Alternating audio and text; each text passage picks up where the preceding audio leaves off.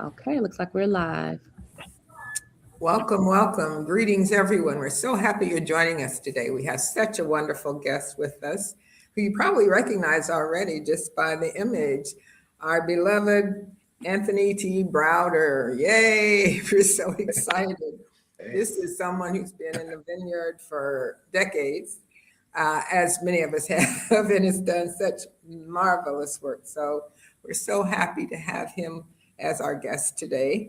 And having said that, I think I'll let Dr. Jojo introduce him, that he needs an introduction, and then introduce themselves.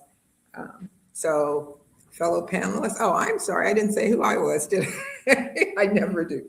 I'm Dr. Linda James Myers. I'm a past president of the Association of Black Psychologists, an elder of Elders Emerita, and just happy that you're joining us today. This is going to be a very rich conversation. Okay. I'm Dr. Jonisha Hickson. I do public relations for the Association of Black Psychologists and am currently the DC AB chair. I'm actually going to pass the mic to Professor Browder to share with us who he is and a little bit about his work, because I don't think that I can do him justice. I knew of him through this amazing tour that I still actually have yet to go on, but I've been trying to go on for several years, Egypt on the Potomac. And then I visited the John and Henrik Clark exhibit. So I'll pass the mic to Professor Browder, but deeply honored to have you here joining us. Well, thank you so much. I'm appreciative of this opportunity to do what I love to do. And I love to talk about our people, our history, our culture, our traditions, our values, and to have meaningful discussions with people who are devoted to spending their time and energy to improve the quality of life for people of African ancestry. I've done a lot of things, and so I don't want to spend a lot of time. I'm in the process of releasing my 10th book. It's the third installment of the Browder File essays. I published my first book 36 years ago. I have done work in Egypt. I've been responsible for coordinating an archaeological excavation in Egypt for 16 years. That project was named in honor of my dear brother, colleague, Asa Hilliard, who passed in Egypt in August of 2007. The project was known as the Asa Restoration Project. And we spent over 15 years excavating and restoring 25th dynasty tombs of Kushite noblemen on the west bank of Luxor, Egypt. We began excavating 3 tombs, and we have discovered to date over 44 tombs. We found the largest Kushite necropolis on the west bank of Luxor. And this work has literally allowed us to rewrite the history of the 25th dynasty in Kemet, which is the original name for the country that the Greeks call Egypt. And by doing so, we can literally rewrite the history of Kemet, of all of Egypt. We have found a host of information and data which has not been published previously, and I'm looking forward to making this information available. As Dr. JJ mentioned, I have created, actually it'll be 40 years ago, next year, the Egypt on the Potomac field trip of Washington, D.C., which was an outgrowth of my second study tour to Egypt in 1985. I've been to Egypt 68 times thus far, and we'll be doing my last 2 study tours to Egypt next year. We just recently in April opened the John Henry Clark Enhanced History Project, which is a free exhibit on the second floor of our office space in the Thurgood Marshall Center in Washington, D.C.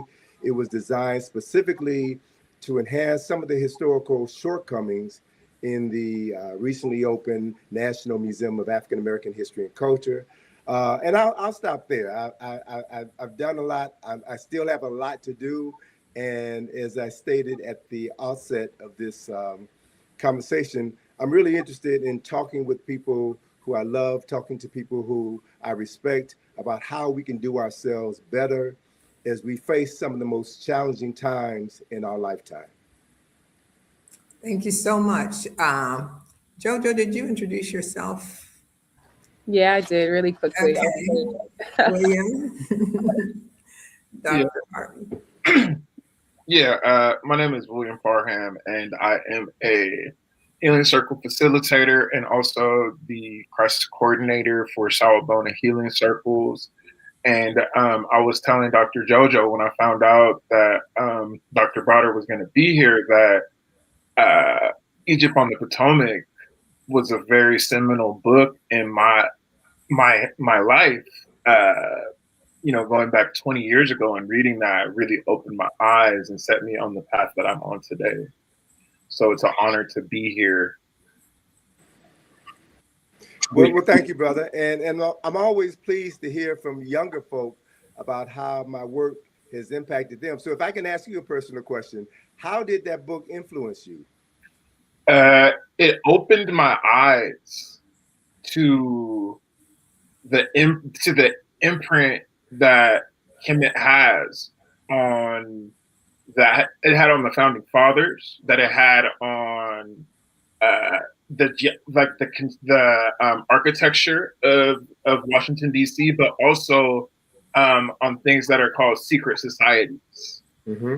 And it's interesting to see it come up and up again as you learn more and more about organizations like the Freemasons.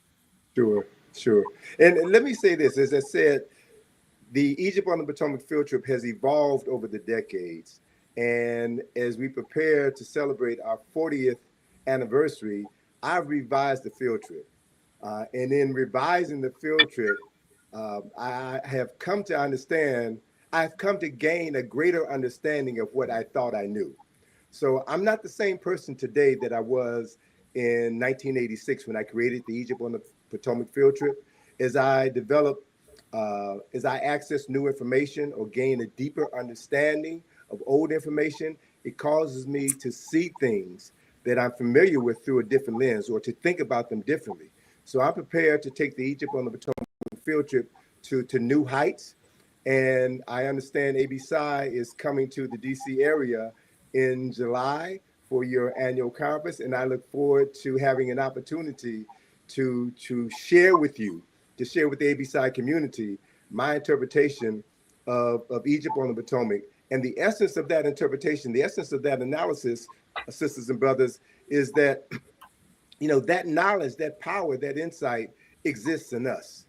And the only way that the United States of America has become the wealthiest and most powerful nation in human history is because they have used African knowledge to the extent to which they knew how to use it to manipulate forces in their environment to empower themselves.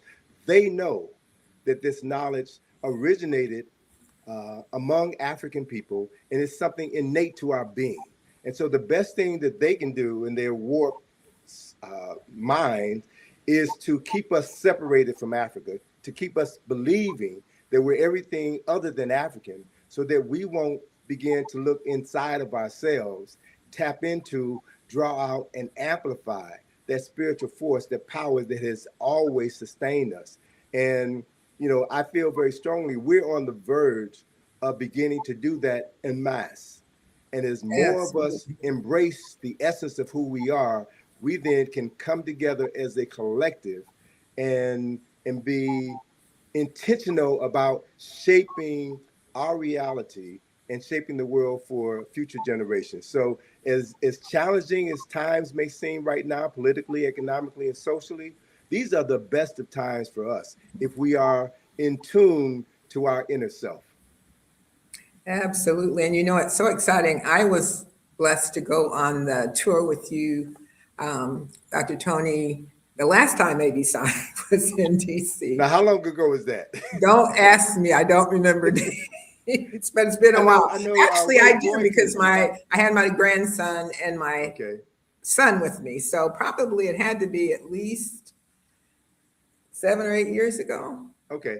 I'm not really sure. But anyway, I think what's so exciting about that is what William said, which is most of us don't know how much the knowledge, the deep wisdom knowledge of ancient Kemet has been stolen and utilized by Euro-Western invaders. And so we often to look to them for our knowledge and understanding. Unfortunately, they've kept the best of what they know to themselves.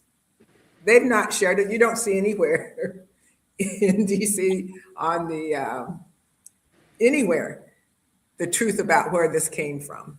And Sure. so if you have a chance to go on the tour, please, please do, because if you don't know much about Kemet, Egypt, you'll be able to see and learn quite a bit about it as it manifests here in this country. So Well, very, Sister Linda, can I make one correction please about do. what you said?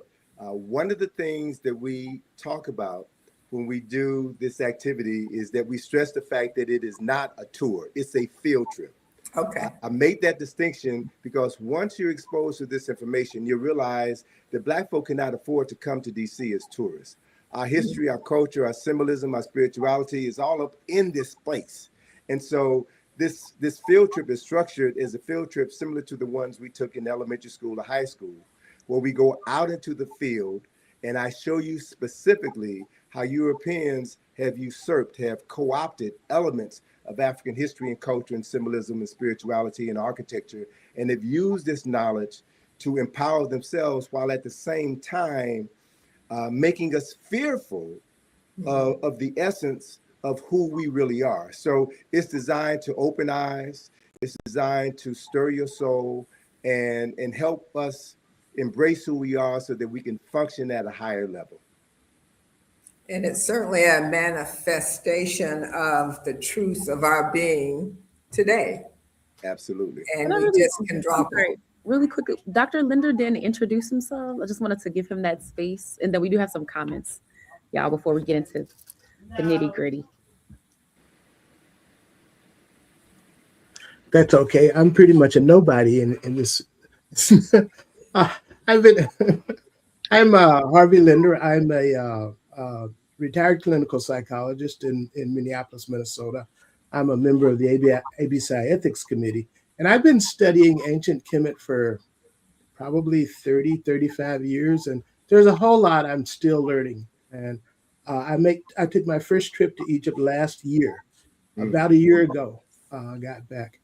And so I'm very anxious to hear more about your work. I probably know less about your work than a lot of our audience does already. So I'm really excited to be part of this discussion and to learn more about where you think we're going to go from here and how we get there. Very good. You know, one of the things that we have been interested in terms of creating Zola Mondays is to tap into that Zola, that love, that productivity that leads to that healing power of Ingola. And so this process, I think, is so much needed and it's manifesting. And I was really happy to hear you say, Dr. Tony, that this is our time. The cosmos has opened up. It's just raining, if you will, knowledge, wisdom, and understanding. So this isn't new knowledge. It's not even new in our lifetimes. 50 years we've been digging this out, and certainly optimal psychology is grounded in this wisdom tradition of ancient Kemet and Kush and Nubia. And so we have now available to us a way to understand and interpret what we're seeing and experiencing from the worldview of the people who created it. And that is so, so, so exciting. I do see here, Jojo, we have some questions or comments from our audience. Yeah, so somebody on just a lot of excitement about Professor Browder's upcoming book and just the work that he's been doing in that alignment with ABSI. So someone on Instagram said, we can't wait to get this book in our hands and those of our customers. Congrats, Baba Browder. Let me see here. Greetings. I am excited for this conversation. Some of them I can't share on here, but some of them I will. Baba Akbar, one of our co-founders and esteemed elder, says, outstanding guest. Welcome, Brother Browder.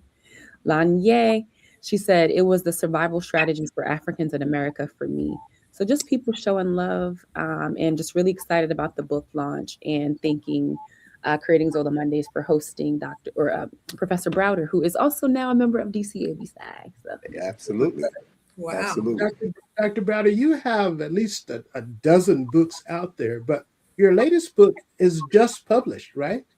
Actually, it goes to the printer today, and it will be available within 2 weeks. Okay. Yep. That's why people can't get their hands on it yet. Exactly. Well, it'll be available by the 29th of this month, and we're going to have a book launch here in DC on the 17th of January at our office space at the Thurgood Marshall Center, which is where the John Henry Clark exhibit is also housed. So let me just spend a minute and share with you something about the new book. The new book is the third installment of my Browder File series. My very first book was published 37 years ago this coming February. It was titled From the Browder File, 22 Essays on the African American Experience. And it grew out of a biweekly series of articles that I wrote for the African American, Washington Afro-American newspaper. And these articles allowed me to do what I love to do, to talk about various aspects of African and African American history and culture. And the introduction to that book was written by our dear brother, Asa Hilliard. So when that book was first published in February of 1989, nobody knew of Tony Browder, but everybody knew Asa. And because of Asa's name on that book has been a perennial bestseller for the past 36 years. We've got probably well over 500,000 copies of that book in circulation. And that book has served as an entryway to African and African American history and culture for people who are new to the subject matter. So it's still a bestseller. The second volume of the Browder File series of essays was a book I published 30 years ago, and it's entitled Survival Strategies for Africans in America, 13 Steps to Freedom. So, you know, I've had the pleasure of being self-employed for 46, 47 years now. And my life has been built around practical application of historical knowledge. So after writing From the Browder File and exposing a lot of people to information, I was deluged with requests on how to use this information. And so Survival Strategies was written to give people a step-by-step process on how to apply transformative information in their lives. Because, you know, it's natural for one to want to share what they know with others. And what we fail to realize is because of the miseducation process, most of our people are incapable of accepting or receiving new information that conflicts with their miseducation. And so it's a matter of understanding that reality and finding ways to introduce certain subject matters to our loved ones, to our family members, to our spouses, to our children, to our colleagues, so that we can begin to minimize their innate or unnatural rejection of all things African. Find an entry point and then begin to excite them with new information. New information is supposed to make you feel good about yourself from the inside out. And as you begin to be exposed to more information, you begin to shift, you begin to see the world differently. And, you know, one of the techniques that I have cultivated for my writing has come from my association with Black psychologists and Black psychiatrists. You know, I've been affiliated with folk in ABSI since 1985. And some of my closest friends have been Black psychologists. I'm so pleased Brother Naeem is on. We were just talking last Friday, as a matter of fact. And some of my other close friends have been psychiatrists. Dr. Welsing, Dr. Newton, Richard King were folk that I had the privilege of calling my close friends. So I've had a unique opportunity to know and to run with and to hang with some of the most powerful Black minds that ever walked this planet. And they shared information with me. And one of my gifts, one of my skills is that I'm an artist by training, right? I had aspirations of being an architect, but math was always my weak point.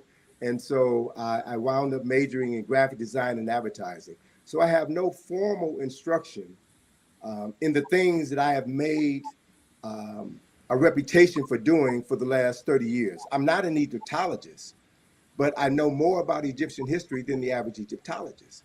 So my interest in various subject matters comes from a deeper understanding and appreciation of those subject matters, and specifically looking at them from an African-centered point of view. Most of what we know about African people, African history, and African culture has been reinterpreted by non-African people. And 99% of the time, they get that information bass backwards and present it to me as the only legitimate way for seeing ourselves and seeing the world. So fortunately, I've been blessed to have been removed from a lot of the brainwashing. And I write my books in order to share information that will help people see themselves clearly, sometimes for the first time. And so this latest installment, the third volume of Browder File Essays, is entitled A Browder Perspective, My 50-Year Journey to Enlightenment. So I've been on this quest for 50 years, and I'm an elder now. And I've had the pleasure and the honor of encountering young folk. When I say young folk, I mean Black folk in their 40s, 50s, and 60s who've read my books when they were in college, whose lives were transformed, and they're now coming to me as an elder asking for additional information. I'm also a grandfather, right? So being an elder and being a grandfather, I am truly interested in shaping the minds and shaping the consciousness of the next generations. And my philosophy has always been, if you aren't thinking 7 generations in the future, then you're wasting air. So everything that I've done in my time has been built around gaining as much information as I could about who we are as African people, and using my artistic and design and marketing background to make that information palatable to the people with the greatest need to know this information, and then to share with them step-by-step processes by which they can incorporate this information in their lives. And if it proves valuable to them, it transforms them from the inside out. And as I mentioned, I had a conversation this past Friday with Brother Naeem. I mentioned to him that a week ago, I picked up his book, Natural Psychology and Human Transformation. And I read that book, and it reminded me so much of what I am desiring to do in my latest publication, to help transform people from the inside out, help them to see who we really are. You know, it's important for us to understand that Africans are the first human beings on the planet. We are the prototype of what it means to be human. That we've lived here as Homo sapiens sapiens for over 300,000 years, and that we have more documented successes than any other people on the planet. That's information that we should be spending the rest of our lives unpacking, right? And to give you some historical context, we also know, based on the latest genetic information that's available, that the people classified as Caucasians mutated from Africans who were living in Western Asia, the landmass that we now call Europe, and that these Africans lost their melanin and mutated to become the people we now call Caucasians or Europeans just 8 to 12,000 years ago. Now, sit on that for a minute. The people who now run the world and who have run our world for at least the past 2,000 years have only been on this planet 8 to 12,000 years. So we have at least a 288,000 year head start on them. That's 288,000 years of knowledge that we need to access and incorporate into our lives so that we can be the best human beings possible. And when we do ourselves unapologetically, we change the world. That's who we have always been, even in a oppressed state. No people on the planet have endured what Africans in the diaspora or continental Africans have endured. And yet we're still here. We're still the prototype for what it means to be human. And once we fully embrace that reality, then that's when the shift occurs. And the shift is occurring at a time when Europeans and European Americans have hit a brick wall. We're witnessing the disuniting of America with this current administration. And so as America falls, we have to understand that we don't have to go down with the ship. We have options. We've always had options. And once we fully embrace those options, then we have the potential to allow our ancestors, who have always been our guardian angels, to come forth and present themselves to us and express themselves through us so that we can reshape a new world in our image. And I feel very strongly, sisters and brothers, that is why we're here. Absolutely. And I think most psychologists would agree with you. In fact, we've been on the same mission. I'm so happy to learn that you joined the association. Yay. Absolutely. But I don't know what took me so long. I guess Dr. JJ had to yank my chain and tell me to join, and that's all it took. So I'm proud. Well, I think most of us think in such a fragmented view. Yes. That if you weren't trained in a field, then you're not part of the field. That's crazy. That's a Euro-Western idea. But I do have a question for you. For sure. Brother Browder, the ideas that you present in your books, and you said you have written to help people, offer people a step-to-step process to know themselves. And we would assume then that that's been your step-by-step process that you're reporting and sharing. Can you say more about that process and the steps you've taken? Now, as a psychologist, I'm going to say that's a very probing question. And I'll share with your audience the precise moment I understood what life is all about. It was in the fall of 1980. I had just started my second business, and being self-employed puts a lot of pressure on a person, as you all well know. I had just gotten married earlier that year. So having the pressures of having a family and having responsibilities was heavy on my soul. I was a graphic designer, and I had a project that I had to complete for a client at the end of the week.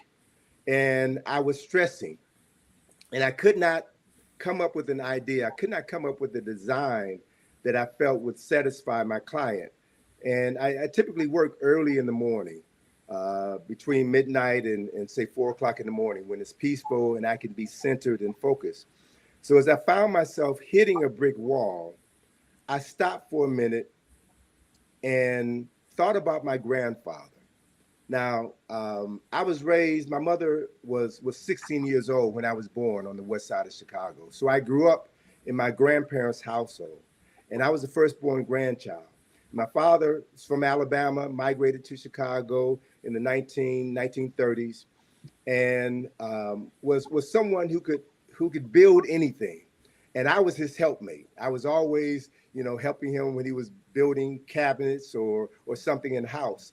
And I remember as a child watching my grandfather build something, a bookcase, for example, and I recall that he never drew any plans.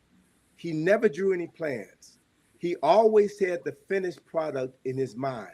And as I thought about my grandfather, I was meditating and actually went into a meditative state and saw myself with my grandfather as I was watching him build this bookcase, and that revelation hit me that he never drew anything down. He had the finished idea, the finished product in his mind. And then I said to myself, or should I say a voice said to me, Tony, see what your grandfather is seeing.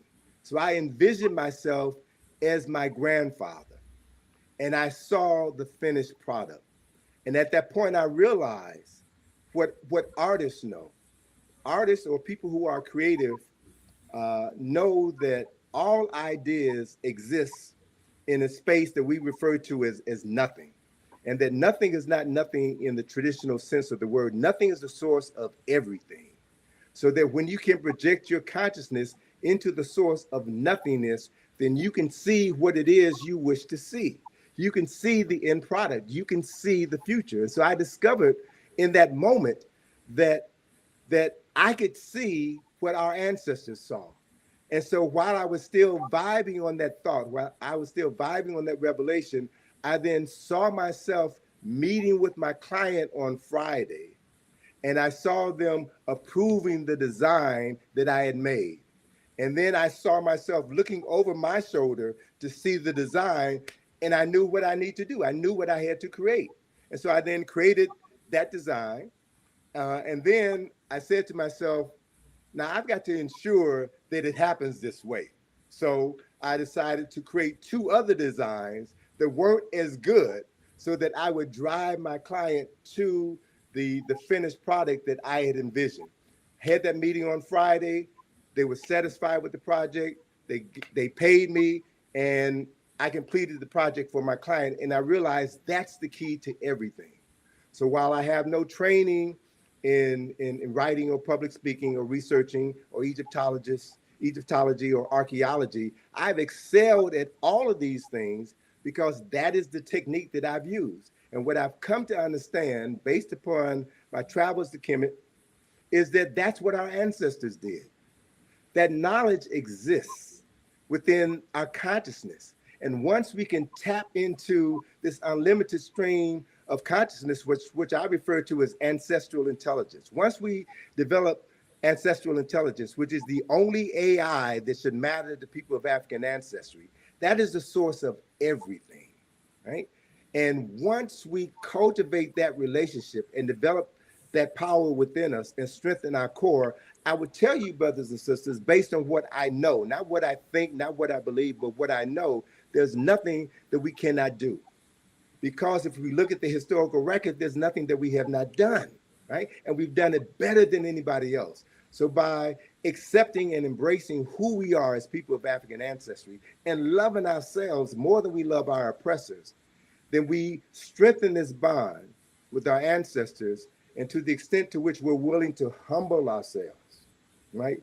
And understand that we are the vessels through which they live, breathe, speak, and do their best work. And if we allow ourselves to be the conduits for them to continue to express themselves, then there's no way that we can lose. And let me say this, because I'm on a roll now. I'm feeling I'm feeling them speaking to me. That's what I discovered is the key to Kemet and Kush. I spent 15 years digging in 2,700-year-old tombs in Kemet, going in and out of these tombs, reconstructing these temple tombs. And by being in this space, I've come to gain an understanding of what they knew. And I can share some things with you based on my knowledge, based on my research, is that they understood very clearly that there is no death. The body is temporary, yes, but the spirit and the soul are eternal. And that they had a concept in Kemet and Kush in the Nile Valley, because I can't just focus my attention on Kemet now that I have a greater understanding of Kush.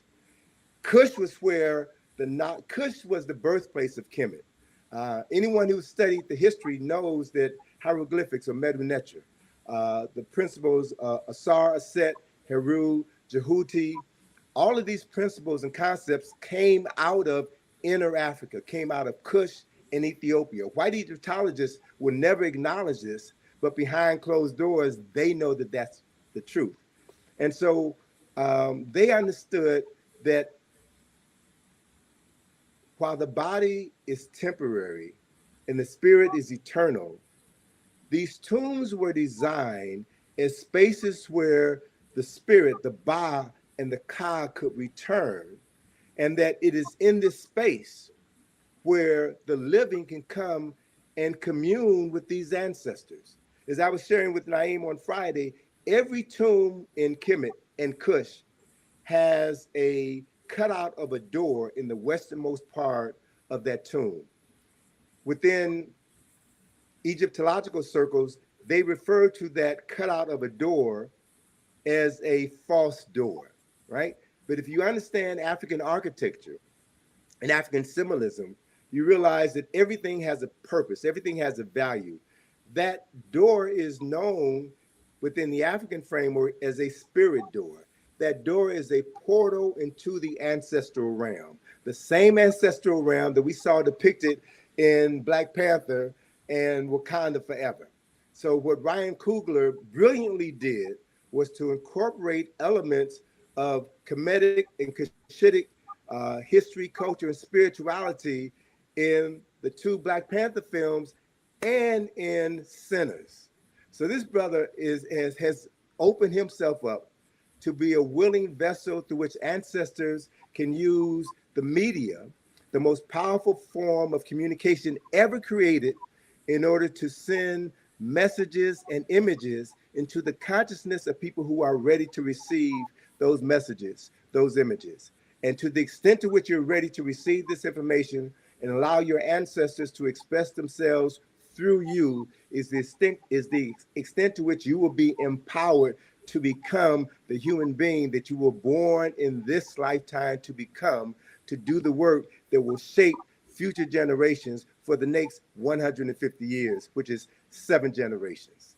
It's that simple. It's that real. It is that real. And I think the reality of it is something we all experience going through that process, even though we may have different paths. Mm-hmm. The realization of that ancestral force and also the identification with those ancestral forces. I know in my own experience, the ancestral force, the divine feminine that came to me in, well, that's not my, I won't go into that story right now, but I'm curious, do you have any particular spiritual forces that came to you? I know you spoke of your grandfather, but as you've studied in Kush and Kemet, any ancestors come through you that you're aware of? That you can name? Absolutely. I know Absolutely. that's I can say beyond a shadow of a doubt that I would not have been able to do the work that I did with the Asa Restoration Project to excavate these tombs. We raised, over the course of 16 years, we raised over $3 million. Now, I'm not a professional fundraiser, right? But I've learned over time to get out of my way, to remove the fear so that I can do what needed to be done to restore these tombs. And the key is this: what I've come to understand is one of the ancestral spirits, one of the Kushite ancestral spirits who was instrumental in me doing this work was the man whose tomb we restored. His name is Karakamen. Karakamen was, based on our research, he was more than likely the son of Shabaka, the third king of the 25th dynasty. Karakamen was a priest of Amen at Karnak Temple, Ipet Isut. Karakamen was the priest who was responsible for doing the morning libations in Ipet Isut Karnak Temple. Now, for those of you all who aren't aware, Karnak Temple is the spiritual and cultural center of Kemet. It's on the east bank of Luxor. Karnak Temple is the largest religious complex ever built on the planet, and more specifically, Karnak Temple is the abode of Amen.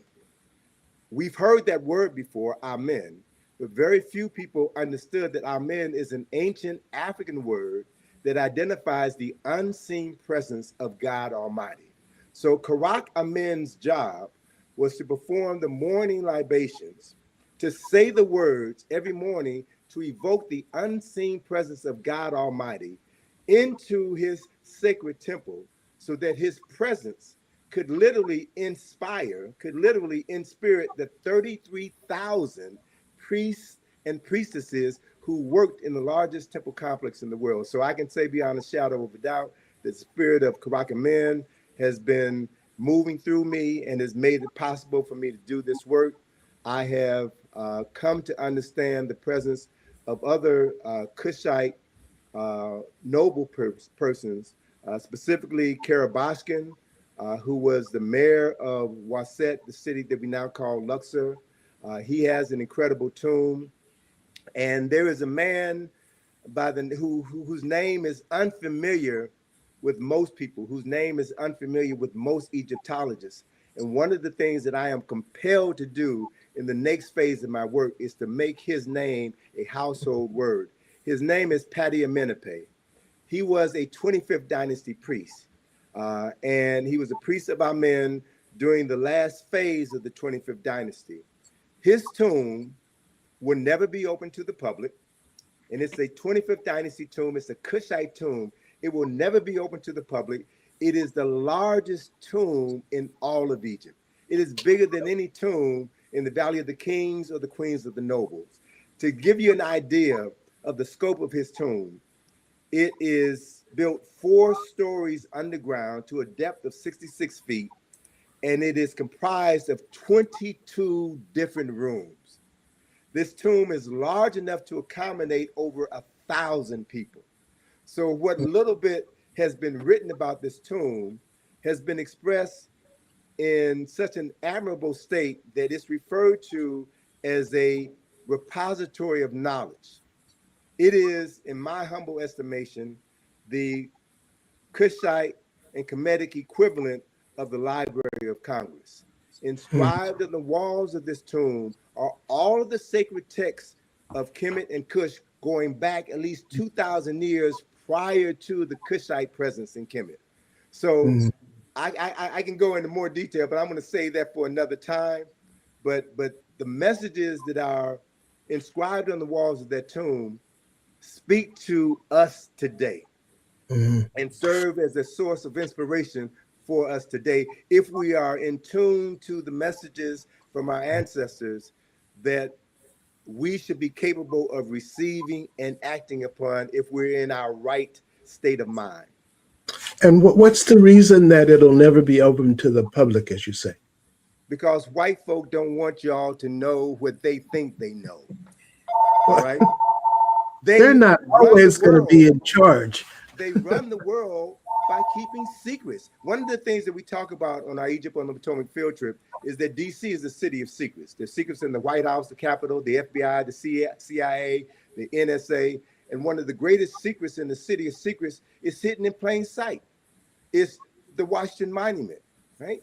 And if you understood what that monument was and knew how to decode the symbols associated with it, you can step into that building and know very clearly what white folk will never tell you. So their existence is predicated upon our ignorance. And once we are willing to know ourselves and are actively involved and fearlessly committed to know ourselves and to express ourselves freely and openly, not for to get retribution from Europeans, but to live our lives to the fullest. Once we do that, we change the dynamic. So these folk are doing everything that they know to do to minimize that from happening. And if I was white, I'd do the same thing too. You know, if I was a corrupted, evil person, I'd do the same thing too. So we are fighting for our lives, just as we're definitely going to undo that. Well, one of the things they don't seem to know is you can hide it all you want. You can keep people from it. You can get access. You don't need to be there in the physical. Exactly. To realize all that knowledge. You have ready access within you. But Baba Akbar has a very important question. Do you want to read it, JoJo, or I can? I'll read it. It's a little loud because y'all keep seeing me talk to my babies walking past because my extern is using my office. But I wasn't gonna miss this. So yes, we have a lot of comments in the chat and then some questions. So Dr. Dennis Rogers says channeling the ancestors. No, let's go to Dr. Akbar's question first. All right, let's see. And I saw it already. I saw it in the chat. Here it is on the screen. Why did they invest so much effort into preserving the body when they definitely understood the permanence of the spiritual self and the temporary nature of the body? Hi, baby. Okay, so the best way I can answer that question is to put the history of Kemet in a larger chronological context. The history of Kemet is at least 3,000 years old, at a minimum 3,000 years old. And Kemet, as Asa has presented us a construct for analyzing the chronology of Kemet, he's given us the 4 golden ages. And within each of the 4 golden ages, there was this intermediate period of interruption and disruption of the consciousness and the flow of the knowledge of the people. And so what I have found through my study of Kemet from the first dynasties through the last dynasty, the 30th dynasty before Kemet fell and was conquered by the Greeks and the Romans, right? Is that the old kingdom was when the foundation for everything that we understand Kemet to be was developed during the old kingdom. And that as the years went on, as the millennia went on, the further and further we steered away from the truth, the more we descended as a people and as a culture. We moved away from the spiritual foundations for this knowledge and became attached to the physical reinterpretation of the spiritual. And so the more we focused on preserving the body as opposed to preserving the mind and the intellect, the more we open ourselves up for outside invasion. And so if you follow the timeline, you can see that. So by the time we get to the new kingdom, the 18th and 19th dynasty, folk are focusing entirely on the physical. And that's where most of the mummies that we see were created during that time frame. Most of the tombs that we see in the Valley of the Kings and Queens, most of the temples that we see in Egypt were built during this time frame. Well, that was a period when Kemet was in transition and had fallen mightily from where they were 1,000 years earlier. And so by the time Kemet fell, it was the 25th dynasty, which represented the fourth and final golden age in Nile Valley civilization. It was when Africans from Kush came into Kemet with the specific intention of restoring the land of their ancestors. And so they reintroduced knowledge that had been lost. They reintroduced traditions. And they only were in Kemet for approximately 100 years before they fell. And then that was the end. So to answer your question more succinctly, Naeem, the more we focused on the physical, which is what the Europeans will always put in front of us, the physical attributes. They don't understand the deeper spiritual elements. They avoid that. But that's where the power is. And it's in Kush or modern day Sudan that's where those jewels still lie. And unfortunately, because of this conflict that's been going on in Sudan, I don't know if we'll ever have the ability in my lifetime to dig up those treasures. But that's where the real knowledge is. Beautiful, beautiful. Are there other questions that people have posed? No Dr. questions, Deidre? but somebody said, I need a recommendation No, from no. Questions for that would be enlightening to the collective. Dr. Browder, could you talk about how you came to be doing archaeology, but how you came to sponsor a dig, Again, it's a matter of being in tune to spirit. One of my closest Egyptian friends, a guide who had worked with me for over 20 years, who I considered my brother, had been trying to get me to come to Egypt early to do a tour with him to the Western Desert. He was the first Egyptian to organize tours into the Western Desert, off the beaten path. And I kept resisting until finally, in July of 2008, I told him that I would come in a week before my scheduled study tour and spend time with him and do this tour into the Western Desert. And then we'll come back to Cairo and pick up our group and do our 2-week study tour. So those 5 days we spent in the Western Desert, camping out in a tent, camping out under the stars. We were so far removed from civilization, we had to use a satellite phone and a 4-wheel drive vehicle to drive through the desert. And I had some truly transformative experiences that opened my eyes to life in general. And so after that visit in the Western Desert, I stayed in one of his homes on the west bank of Luxor. And then one evening, there was a knock at my door where my friend, his name was Abu Naga Gabriel. And for those of you all who read my second book, Nile Valley Contributions to Civilization, in my introduction, I talk about Abu Naga and my relationship with him.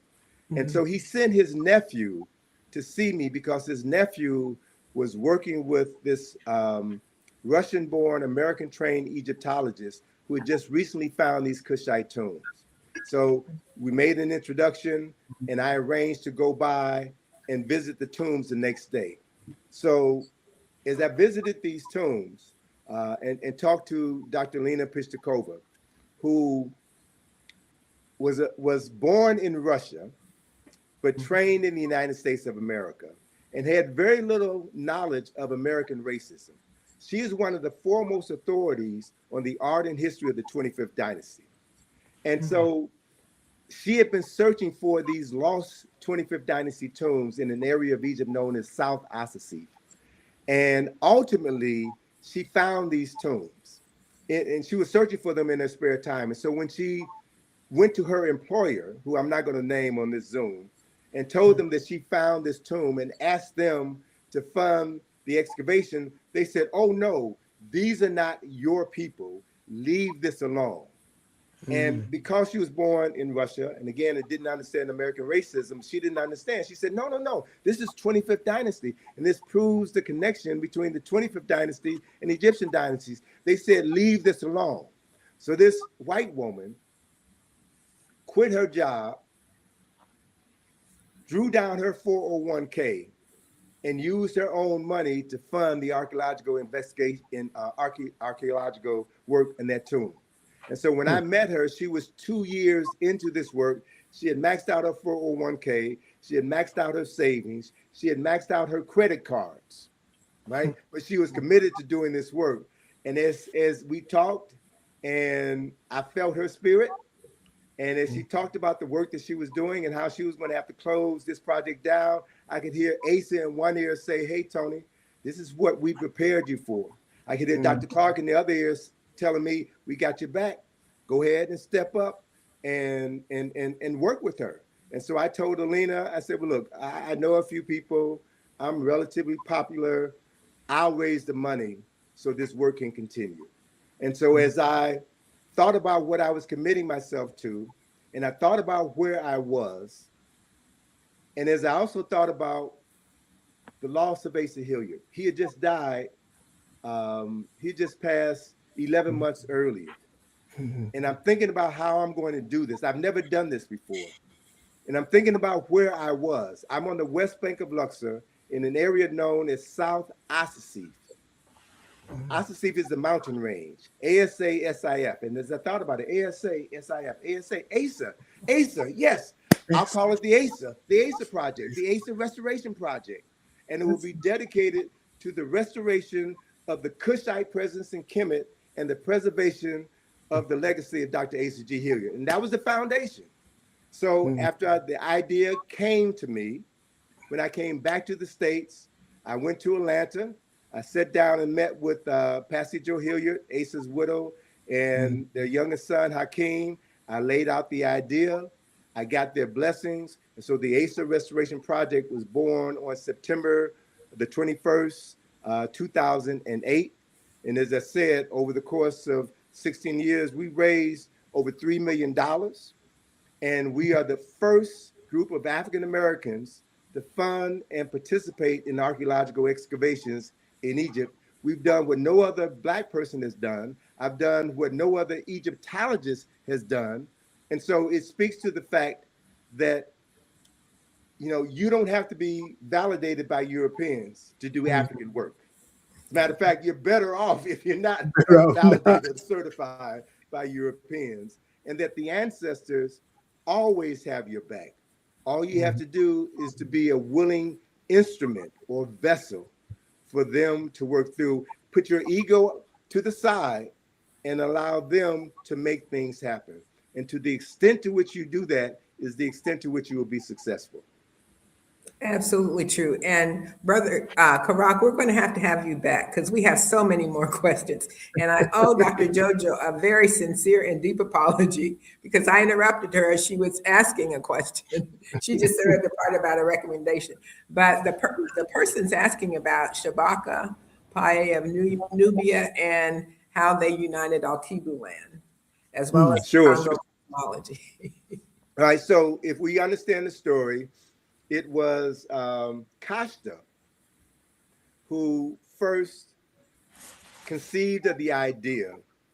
Kashta was a king in Kemet, the father Pianke first conceived of the idea of conquering the invaders of Kemet, because Kemet had fallen on hard times, and there were interlopers, there were other African people who were siding with the enemy, and they had just desecrated the land of the ancestors. So Costa was responsible for leading his army into into Kemet, and they brought their armies to Waset, the cultural and spiritual capital of Kemet, where they bathed themselves in the waters of the sacred lake, and they asked Amen to bless them in this holy war. But they were defeated and never completed their work. So Kashta's son, Pianke, then when he ascended to the throne, continued his father's work and ultimately drove out the invaders and united the two lands of Kemet. And then he returned back to Kush to run his nation. So while Pianke had done the work and returned home, the invaders came back from the north.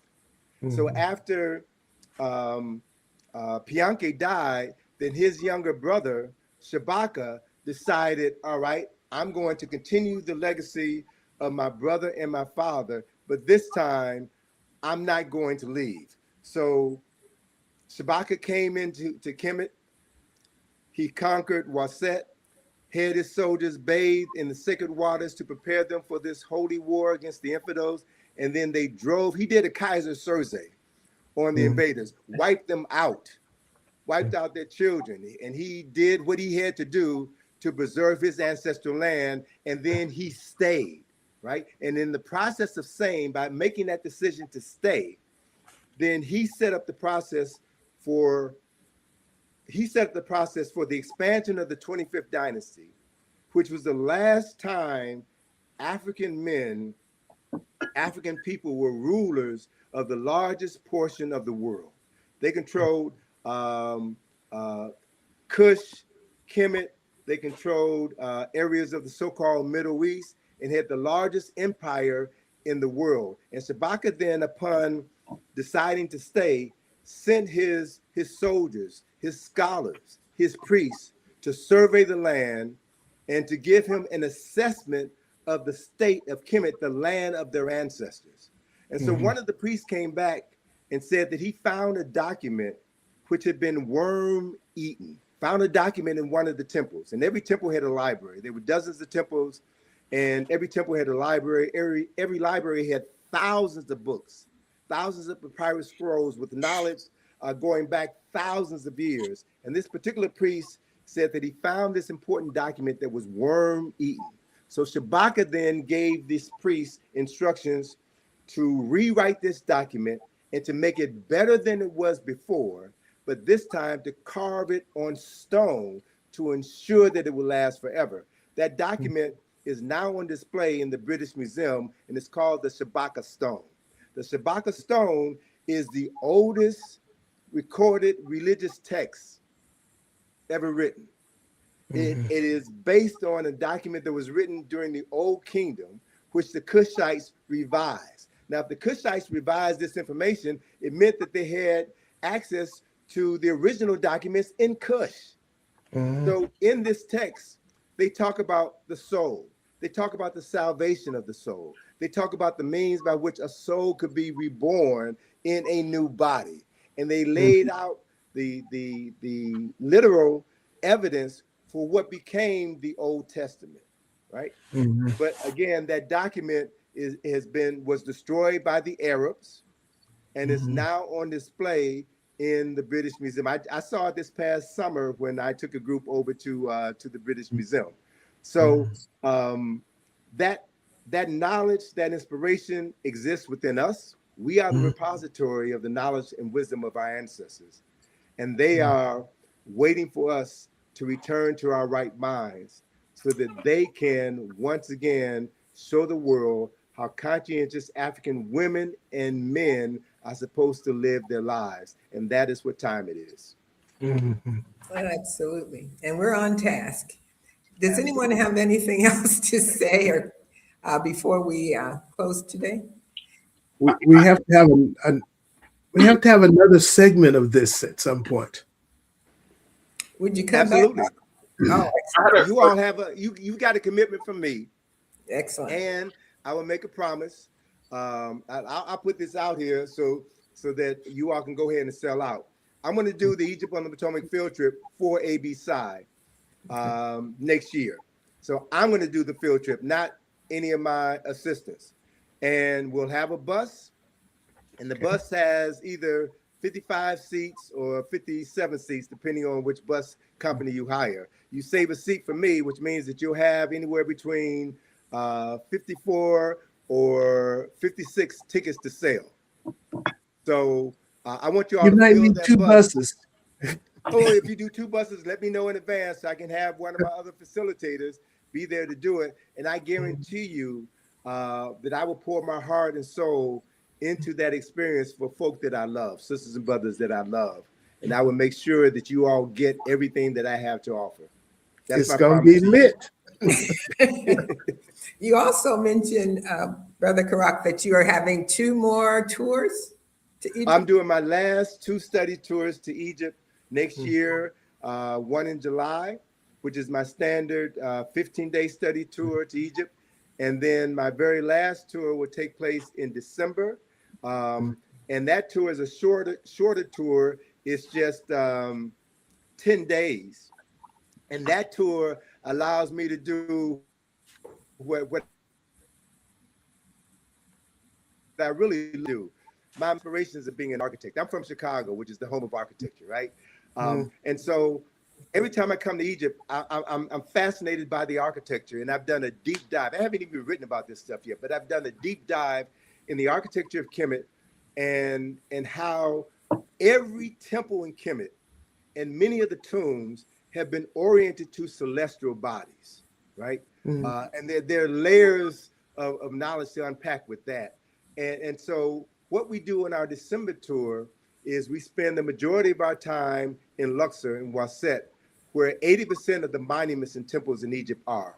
And the highlight of that trip is our participating in the winter solstice sunrise celebration at Karnak Temple, where you'll have an opportunity to witness a beam of light shine through the central axis of Karnak Temple and illuminate the Holy of Holies of our men at sunrise on December the 21st, the shortest day of the year.